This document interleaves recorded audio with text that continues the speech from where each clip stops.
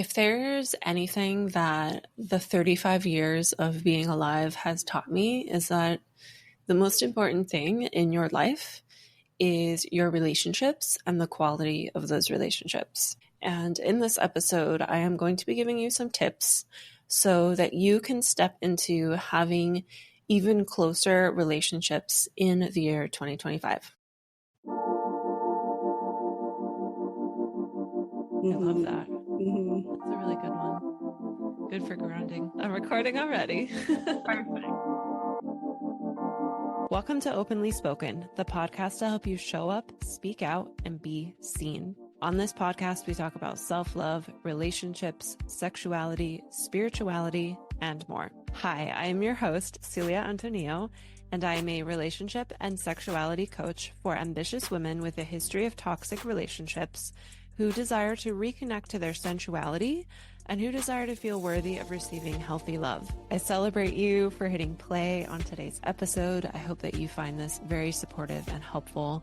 And if you could show some support to the podcast by hitting subscribe on YouTube or on Apple Podcasts or on Spotify, wherever it is that you are listening to or watching this episode, it would mean the absolute world to me. Thank you so much for being here. Now let's dive into today's episode.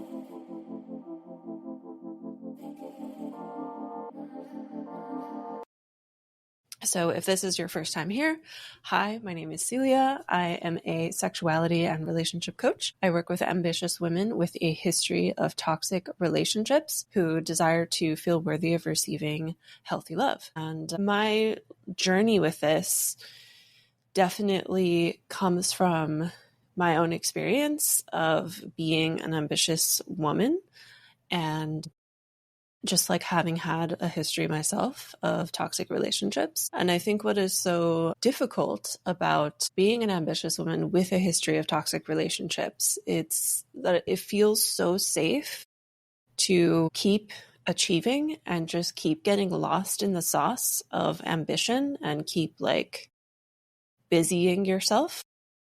Because the alternative is slowing down and like really showing your heart and opening your heart not only to someone else, but first and foremost, you have to do that to yourself, like stopping and noticing how you're feeling, noticing what you want. It feels scary. It sometimes maybe even feels like a waste of time because something in your past taught you that. And I'm here to tell you that it is not true, because once you stop and slow down and get out of that cycle of constantly checking things off of the list and being in your ambition and kind of just like doing more of, I was going to say more of the same, but it's like, it's hard to open your heart when you've had a history of toxic relationships because you have this belief of like, this is just how relationships are. And I'm here to tell you that it is not. Like the relationships that you really, truly dream of really are possible. However, you are going to have to do some work to get there. And that is what I'm here for. If you want a one-on-one coach to help you with that, there will be links in the caption or show notes below to see my website and to see how you can work with me. And we're going to dive into like the most important pieces within this episode. So before I continue to ramble, let's dive right in.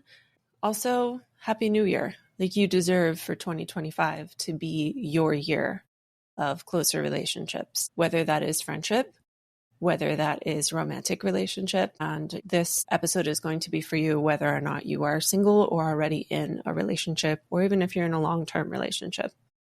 So the first thing that I have written down in my notes is to stop living for your partner. And if you are single, stop living in this state of constantly looking for a partner, if that is you. Stop living for external validation. And the way that you do that is by receiving validation from yourself. And that sounds very simple. It's not easy though. I wish we could all snap our fingers and do that, honestly. The world would be a completely different place. But the way that you give yourself the validation that you are seeking is by understanding that this desire for external validation really comes from childhood, as does all relationship things. All relationship kind of like struggles stem in childhood, because that is our first relationship. Those are the first spaces with our caretakers where we learn relationships, where we learn how to communicate.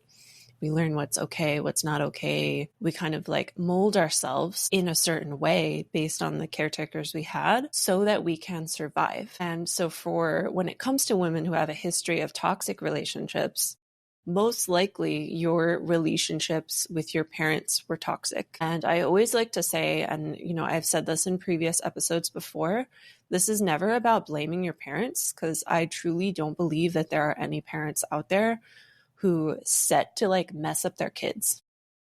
They're doing their best with what they know. So it's not about blaming them.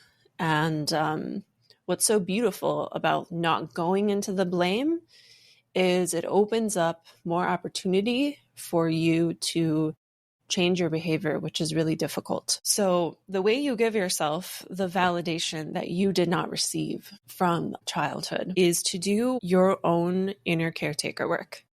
So if you've ever heard of the mother wound, if you've ever heard of the father wound, and you can always adjust those, if you were raised by two moms or two dads or whatever situation it was in, like you can always adjust that, but like really looking at the internalized versions of your caretakers that you are carrying.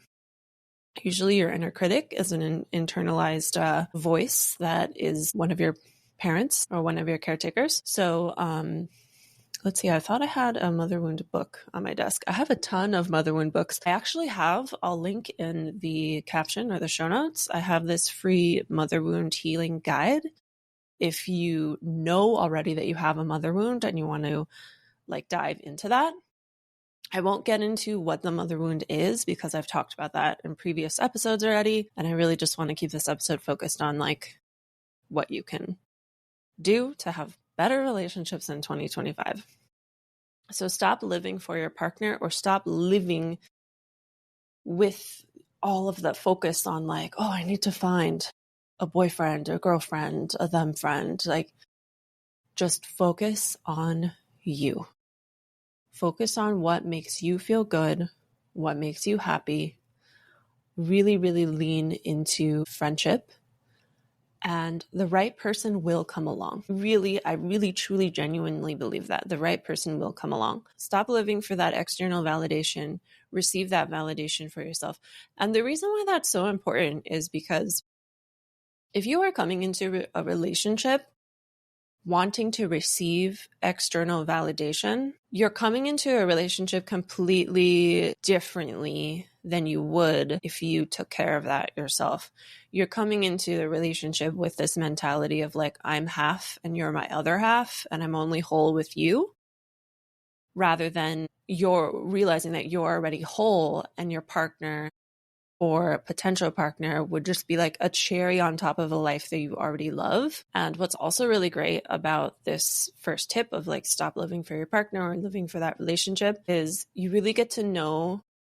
I feel like it's a really good place to really get to know what you truly want and need in a partner, because you have your own life already like established, your own interests, your own routines, your own goals, your own ambitions, your own dreams. All of coming into a relationship with all of that stuff. I'm not saying that you like have to do that as a prerequisite, because you can definitely grow within a relationship, but coming into a relationship with all of that stuff, I think is really great material to work with, to bring into the dating field, and to really have a kind of like, I guess, barometer or measuring stick to see if someone else is a match for you based on their own goals and stuff. I could probably say more things, but nothing's coming. So we'll leave it at that. Okay. So this next tip is going to be is really going to hit home for a lot of people who know that they were raised by emotionally immature parents, which, to be honest, is most of us. And again, it's not to blame our parents. I think what's been very helpful for me is to really look at the kind of like external culture that our parents and grandparents grew up in. Like an example that's coming to me is that phrase of like, boys don't cry. Like, how can we expect our fathers and grandfathers and great grandfathers to have emotional intelligence when they were fed the line, boys don't cry? And when you are raised by caretakers who don't have an adequate amount of emotional intelligence, I'm not sure how you would measure that, but like who don't have the capacity to really be there for your emotions, it affects the way they communicate. And when they don't communicate in a healthy way, when they're communicating in a way that feels emotionally violent or that is kind of like defensive or is making you wrong for feelings that you feel that you have no, like you're not feeling them on purpose, that's just what you're feeling. And now here you are getting made fun of or shamed or yelled at. I think that's something we can all relate to for the people that know that they have been raised by emotionally immature parents. There's a really good book called, I think it's just called Adult Children of Emotionally Mature. Yeah, it's called Adult Children of Emotionally Immature Parents, and it's by Lindsay Gibson. And I remember, I think I listened to the audiobook version of this. I remember just in the very first chapter feeling so seen by what was said. So if you're kind of on the fence about like not being so sure if you were raised by emotionally immature parents or not, I would definitely pick up that book. And if you already know, and maybe you've already read that book and you're looking for more resources, a really good podcast is called Adult Child. And it talks all about being an adult child of emotionally immature parents. So when your parent is emotionally immature and not able to, communicate in a healthy, non-violent way, then you don't learn core communication skills. You don't learn how to communicate properly. And that was one of my biggest pain points in relationships, like even all the way back to middle school and high school. Like it really leads to not being able to say no, not being able to set boundaries, anxiety about giving presentations in school, being like really shy in a way where it's like really scary to share your voice, which, probably could be a personality trait. But like when I look back at my own life, I realized that my shyness when I was younger was really just a manifestation of being conditioned to learn that it's not safe for me to express myself and to share my opinions. And so I invite you to like have an inquiry about that. Like ask yourself that question. Like if you identify as a shy person, like is that really your personality or is there some fear there? Like get curious about that. So learning better communication. Learning how to, how would I articulate this? Big. I said big a lot of times. A huge piece of communicating healthily and effectively is being able to be a really great listener and being able to hold space for what the person in front of you is saying, instead of just playing this act like you're listening, like, and nodding along while you're holding on to a thought in your head of what you want to say next. That's one thing with better communication. And then, I guess I'll just continue giving a couple of communication tips. This podcast is called Openly Spoken, right? After you're listening to that person, mirroring back, meaning like repeating back some of the things they said, just to like make sure that you got it and also to help that person know that you really were listening. And then from there, going on to, maybe ask a question to go deeper into what they just said, and like really just taking that time to honor the other person. And when you bring that into relationships, part of nonviolent communication is also really taking full responsibility for how you feel and realizing that when you feel angry because your partner did something, your partner is not making you feel angry. Like they are not making you feel angry. but what they did is making you feel angry. So it's very different to tell someone like, you're making me angry, versus when you do this, I feel angry. Because then it's like, okay, let's look at the like whatever you're putting after this. Let's look at that thing and see, like, can we do that differently? Like, can we talk about it? Is it a trigger from your childhood? Like, let's talk about this, rather than like when you tell somebody you're making me feel angry, and then it kind of just like adds fuel to a fire, and like a fight just like keeps getting bigger and like blowing up. And I guess that really like ties well into another tip that I didn't even write in my notes, but another tip for having closer relationships in 2025 is learning how to fight well, and like learning how to be able to disagree with your partner, even with your friends. But there's this therapist, I think his name is Dr. Harville Hendricks. He has a book called Getting the Love That You Want. And I remember he highlights in there that an important skill for a long-term, long-lasting relationship is that the couple knows how to fight well.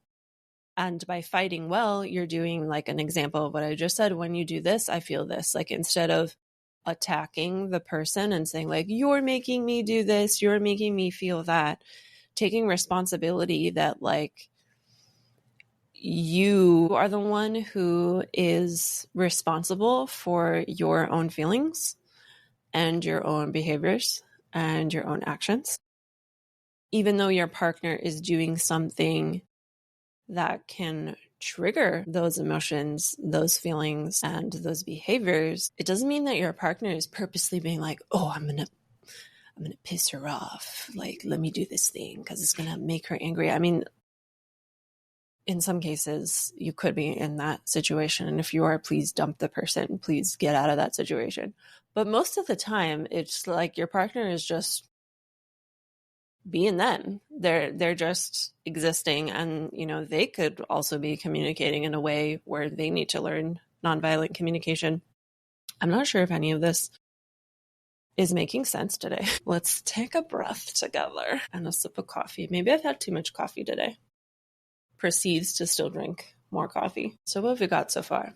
We've got stop living for your partner, learn better communication skills, and learn to fight well. So another good resource for better communication skills is a book. There's a book called Nonviolent Communication. There's also an organization called Toastmasters that really helps you communicate effectively.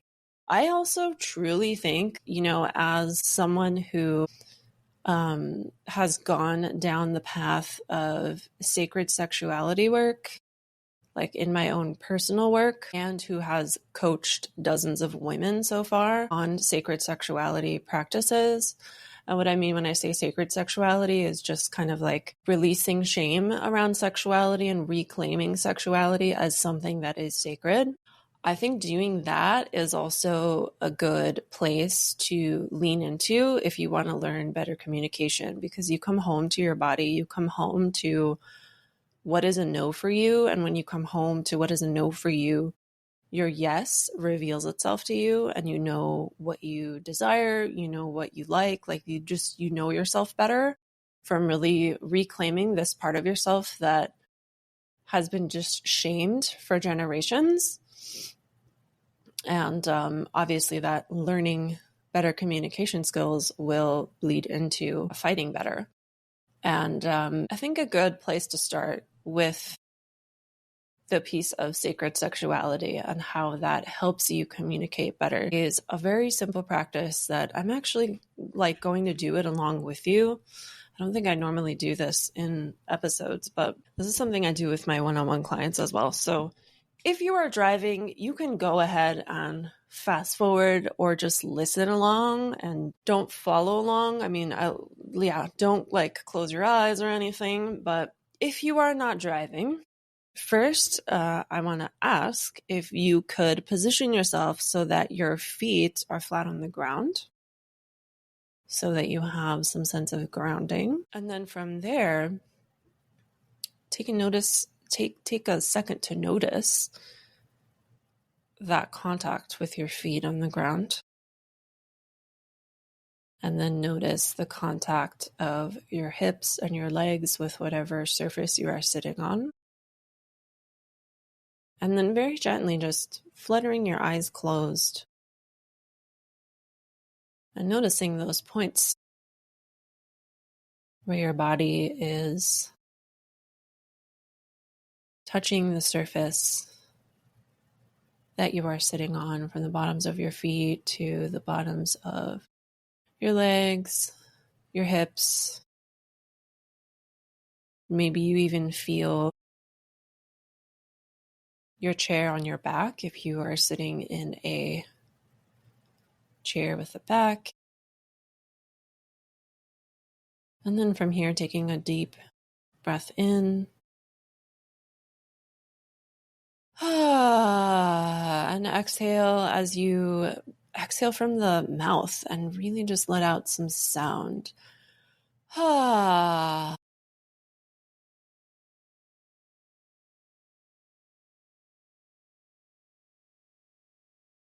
one way this already helps you with better communication is a lot of times I've noticed over my decade plus of guiding people through breathwork, because I was a yoga and meditation teacher before I became a relationship coach. So guiding people with deep breaths and letting out sound as they exhale, I really notice how the majority of people will not make that exhale.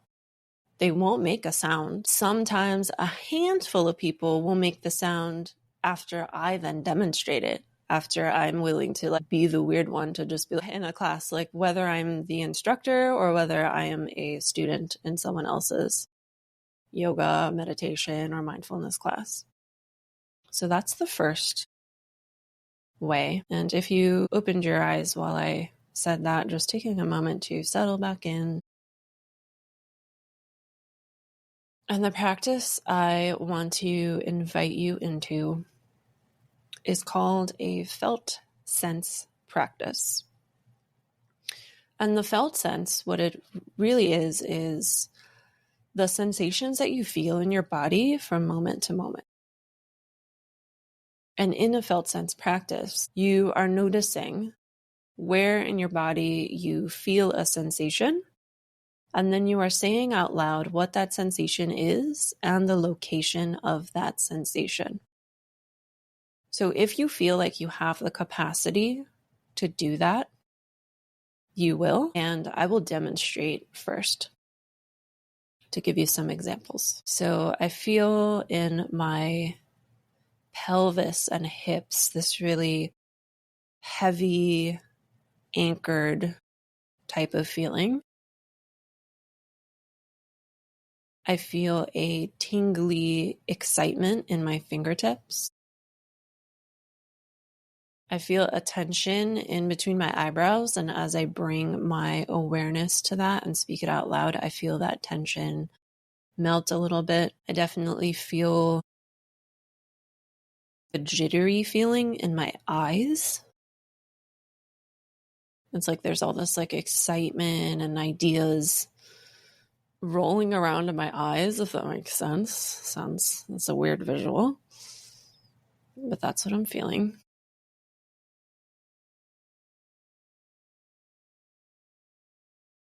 I'm feeling a little tightness at the very top of my shoulders.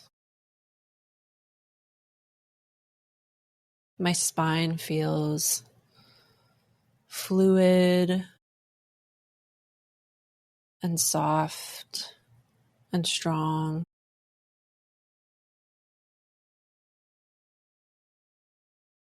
And then just overall, I normally don't do this in the felt sense, but overall, I just feel this sense of peace and calm in bringing my attention inward. So now I invite you, if you have the capacity, to do that same practice. I'll also guide this a little bit. So if you want to do this in silence, you can pause the episode. But something that makes this practice a little bit easier, especially for someone who's never done this before, is being directed to certain areas and then noticing rather than like letting it be a free-for-all. So I'll invite you to notice, what do you feel in your feet? And speaking that out loud, very important to speak it out loud because we're connecting the feeling centers of the brain with the language centers of the brain. This is why this is a great practice for learning better communication. So what are you feeling in your feet? What about your lower legs? What do you feel here?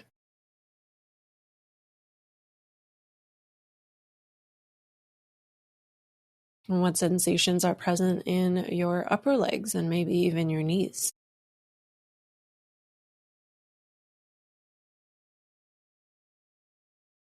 What sensations are present in your hips, your pelvis, lower body?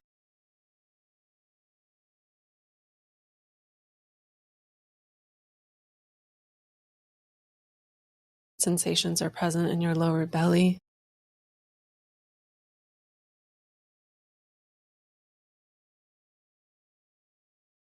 What sensations do you feel in the entirety of your torso?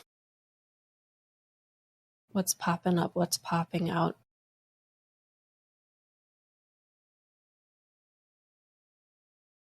What sensations do you feel in your arms?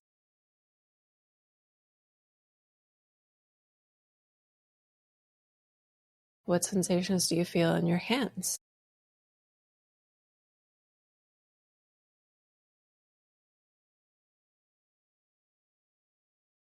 And what about your chest, your neck, the throat? What sensations are present here?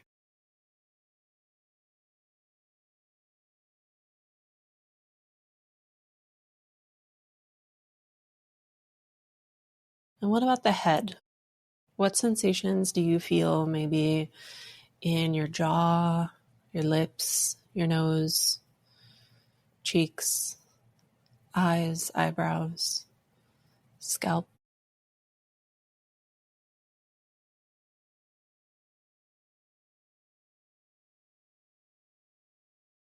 And then just noticing overall, what does it feel like to bring your awareness inward and to notice what your body is feeling, what sensations your body is experiencing? What does it feel like to bring your attention to that?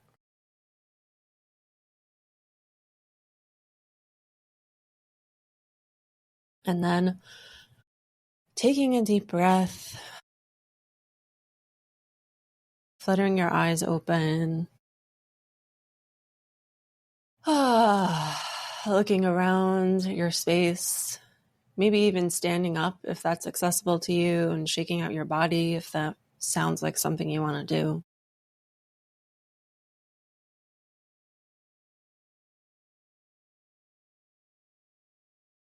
And this brings me to my next tip for closer relationships in 2025 is to make more room for mindfulness practices. And mindfulness practices really do work their magic when you come to them again and again.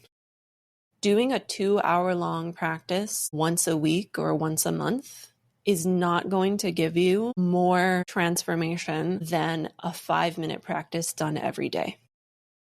And I think in our modern society that like really likes to, depending on your algorithms, a lot of us can, we're all ambitious women here. We probably have that. We probably all see this in our algorithm where productivity is really put on a pedestal and we feel like we don't have time to stop and to do a 5-minute thing. And it also feels like, oh, it's just 5 minutes. Like, what is that going to do? I'd rather just like do it for 2 hours and feel good about myself that I like accomplished this 2-hour thing. That's not how mindfulness works. That's not how our body and our nervous system works. We need those moments where we can truly be fully present for those 5 minutes. And we need that to happen regularly, because being a human is full of ups and downs. It's full of like feeling unregulated and then dipping down and feeling like just low. And it's, this constant, like you're at equilibrium, but then you go up and then you're back at it. Like that's normal. It's normal. It's normal. It's normal. And I'm recording this in December, but this is coming out on New Year's Day. So we're still in the midst of winter. I think it's important to touch on, like, it's normal to, unless you live in Australia, because it's basically like summer there, or New Zealand, but it's normal to feel a little bit lower in the wintertime. Something that I've recently found, this feels kind of off topic, but something that I recently found that really helps me feel good when I'm in those moments, because I feel those winter blues too. I feel them every year, to be honest. One of my favorite things to watch when I just like need a reminder that it's okay to feel those low points is literally any stand-up comedy special by Tom Papa. Because all the ones that I've seen so far, I'm not sure if I've seen all of them. I've seen at least 2, maybe 3. And what the ones that I've seen have in common is his set always goes to talking about how it's normal to feel low. Like it's normal to feel sad. It's normal to feel like your life isn't going anywhere. Like that's a part of being human. And I really love how he takes a moment to normalize that. And also, like, not only is it stand-up comedy, which is my comfort type of content anyways, which helps because you're laughing, but also just him like addressing that's okay really helps me. So that's just a kind of side note. And I would say that I would link it in the show notes, but I feel like I've said that a lot of links already that I've linked in the show notes. So you can he has an easy name to remember and to spell. Tom Papa. He's a stand-up comedian. Okay, so let's look back at my notes. Okay, we were on the topic of mindfulness. I think I said everything I needed to say. Mindfulness is also, I think mindfulness can get a bad rap because people who don't have experience with mindfulness will think of mindfulness in one specific way, and they'll think of it as like only sitting still, closing your eyes, and going like that's the only way. But I assure you it's not. As a trained and experienced yoga meditation teacher, I know mindfulness, and mindfulness can even be dancing. You do not have to sit still and close your eyes and be silent and just sit in silence. Like that actually for some people can be very triggering and traumatizing depending on the person. Like some people need to work their way up to that. So if you are one of those people that is like, mindfulness ain't for me, I've tried it out before, I just really want to encourage you that there is a mindfulness method out there for you that works. Even like those mindful coloring books, like that's mindful. That's a mindful exercise. There's so many. Okay, I don't want to get off topic. Okay, what is another tip I want to give for you to have closer relationships in 2025? Give yourself a digital detox so that you can have closer relationships in 2025. Because I truly think that the internet has gone in this direction where it is such a social experience that we are socializing more and more just on those platforms. And an important piece that is missing from that social experience is that there is not that face-to-face person there. And just from a level of psychology and biology, like motor, what is it called? Mirror neurons in the brain. Like there's so many aspects of it that we are missing from socializing when we are doing all our socializing through a screen, because we're technically not even really socializing because we're just reading text and responding to text. Like that wasn't a thing in grandpa's time. That is not, we are social creatures, and like we did not evolve as social creatures to just throw sentences back and forth to each other. or like voice notes, or like, it's not deep enough. It's not superficial enough. It's whatever the opposite of superficial is, because it is superficial. It's like totally superficial. It doesn't have the depth. And also on the other side, without digital detox, all these apps that we use these days are literally designed to be addictive.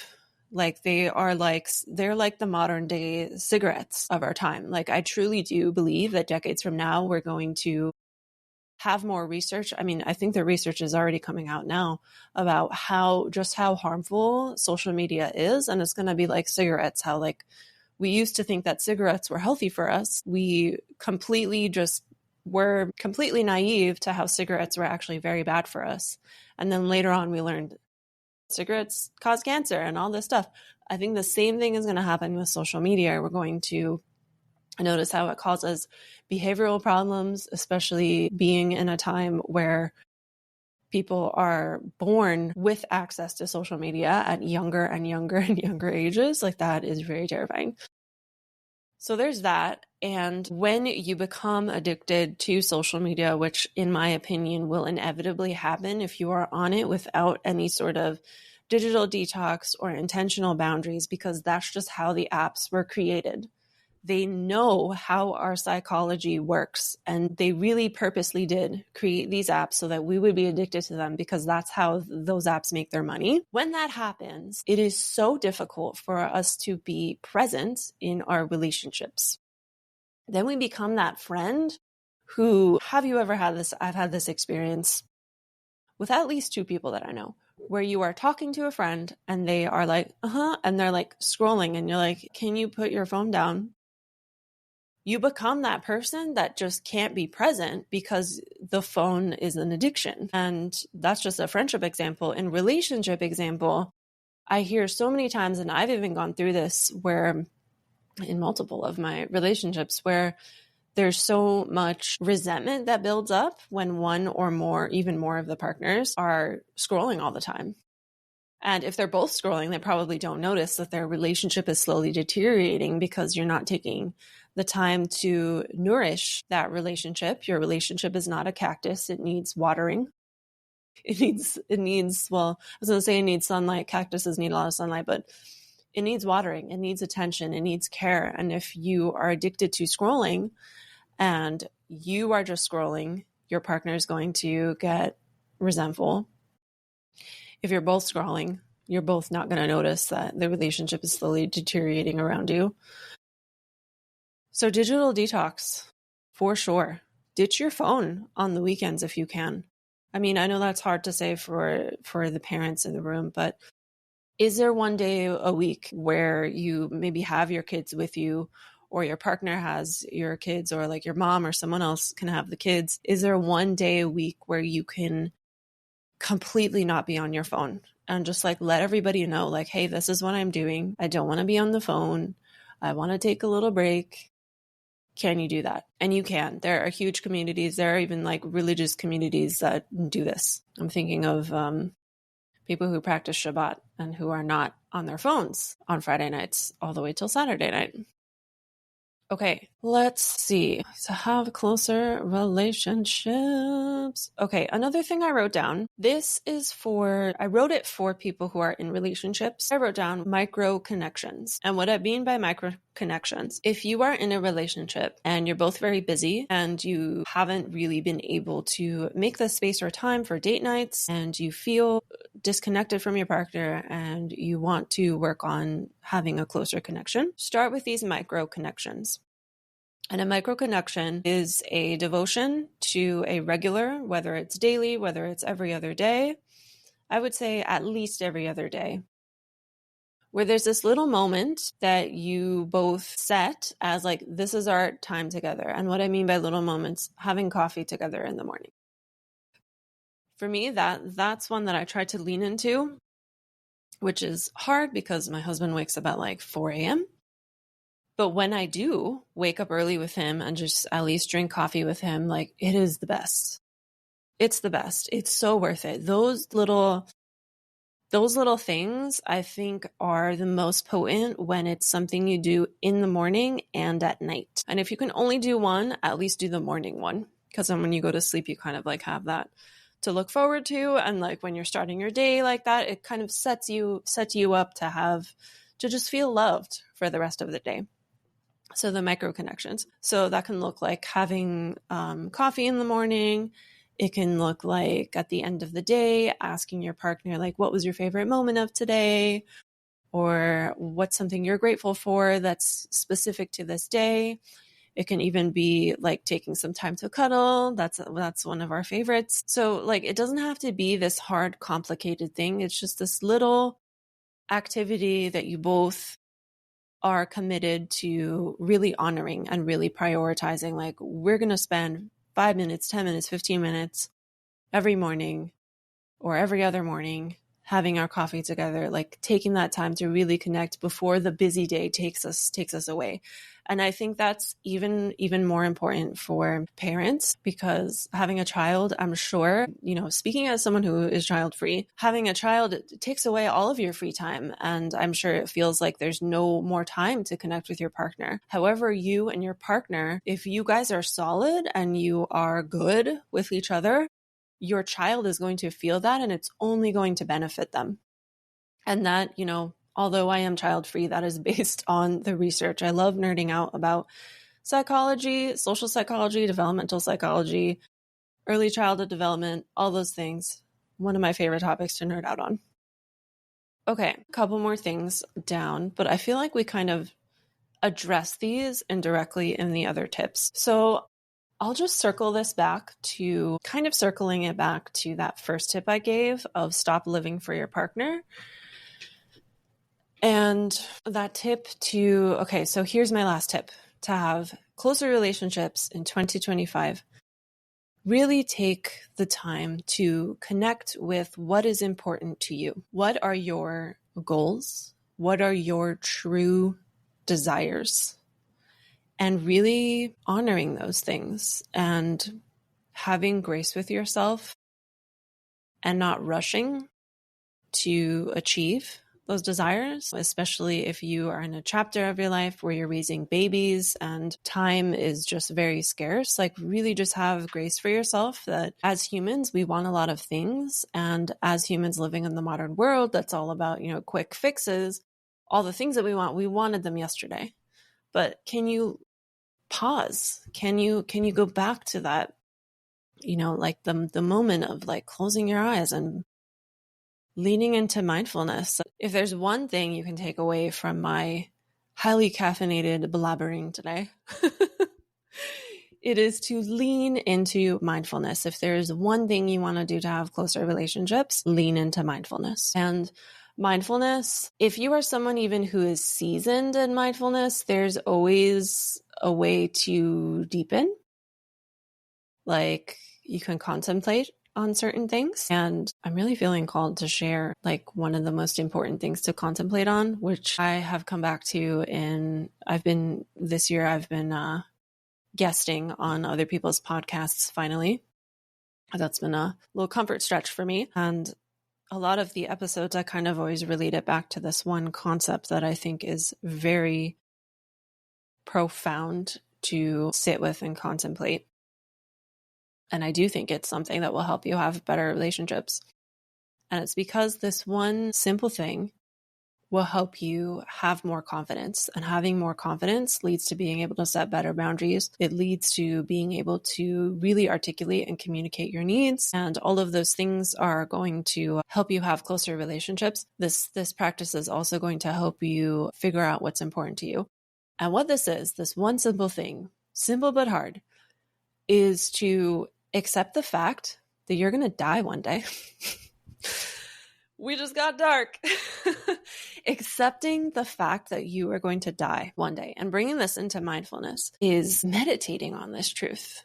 Like, really just like sitting and contemplating that you will die and like noticing all the feelings of resistance that come up, noticing all the fear that comes up. Allow yourself to feel it, allow yourself to express it. Make room to feel those feelings and digest those feelings, because no matter what, no matter your resistance, guess what? You're still going to die one day. And when you make the room to feel those feelings and digest what comes up, you start to cultivate more acceptance for the fact that you will one day die. And when you can truly and radically accept the fact that you will one day die, suddenly your vision of your future, like what you want life to be at the end, becomes very clear to you. It becomes very clear to you. And this is why this concept of contemplating your death, it is brought up in a lot of self-development books, but it's like in between the lines. One example is Stephen Covey's Highly Effective Habits. What is it called? 7 Habits of Highly Effective People. The very first habit in there is begin with the end in mind. That's accepting that you will one day die. And then there's another book, I forget what it's called, but it's also this book for like business owners, and they tell you to imagine your funeral and write down your eulogy. Again, accepting that you will die. And that's not to say that like when you create your vision of like what you want to do, it's not to say that you can't change your mind, because you can. You have that freedom to change your mind. However, I'm trying to tie this back to our topic of deeper relationships, closer relationships in 2025. When we keep pretending like we are not ever going to die, I think we put ourselves in a position to settle in relationships because we think like time is endless. We put ourselves in a position of not speaking up in relationships because when you can accept that you will one day die and you digest all of the fear and resistance that comes up from that, nothing can scare you, because death is the ultimate like fear. And if you're not afraid of that anymore, why would you be afraid of being like, hey, I don't like it when you say whatever it is? Or why would you be afraid of asking for a raise or asking for that promotion? Or why would you be afraid of doing whatever it is that you say that you want, but you don't have it because you're afraid of it? And if you look at any fear that you have and you really break it down and sit with it and see like, what's underneath that? Okay, what's underneath that? Okay, what's underneath that? You are eventually going to land on fear of death. That's what that's what it all leads to, because it's just a part of our biology. Like, we are creatures that are expertly designed for survival. And I feel like we got so deep right now. We got so dark, but I hope that this episode really genuinely helps you. Like, I want your 2025 to be the year where you have deeper relationships, where you have the friendships of your dreams, where you have the romance of your dreams. And if deeper relationships is something that you want, if you are desiring a coach to support you in having deeper relationships in 2025, and you want that one-on-one support, and you are an ambitious woman with a history of toxic relationships, we might be a fit to work together. So there's going to be a link in the show notes for my website. You can find out more about my work there. Thank you so much for listening. And if you are watching on YouTube, please do comment below. What was your favorite tip? I know I rambled a lot, but what was your favorite tip? Like, or what is the tip that you're working on? What was your aha moment? I know those were a lot of questions. The caffeine is really talking today. All right. Bye, everybody.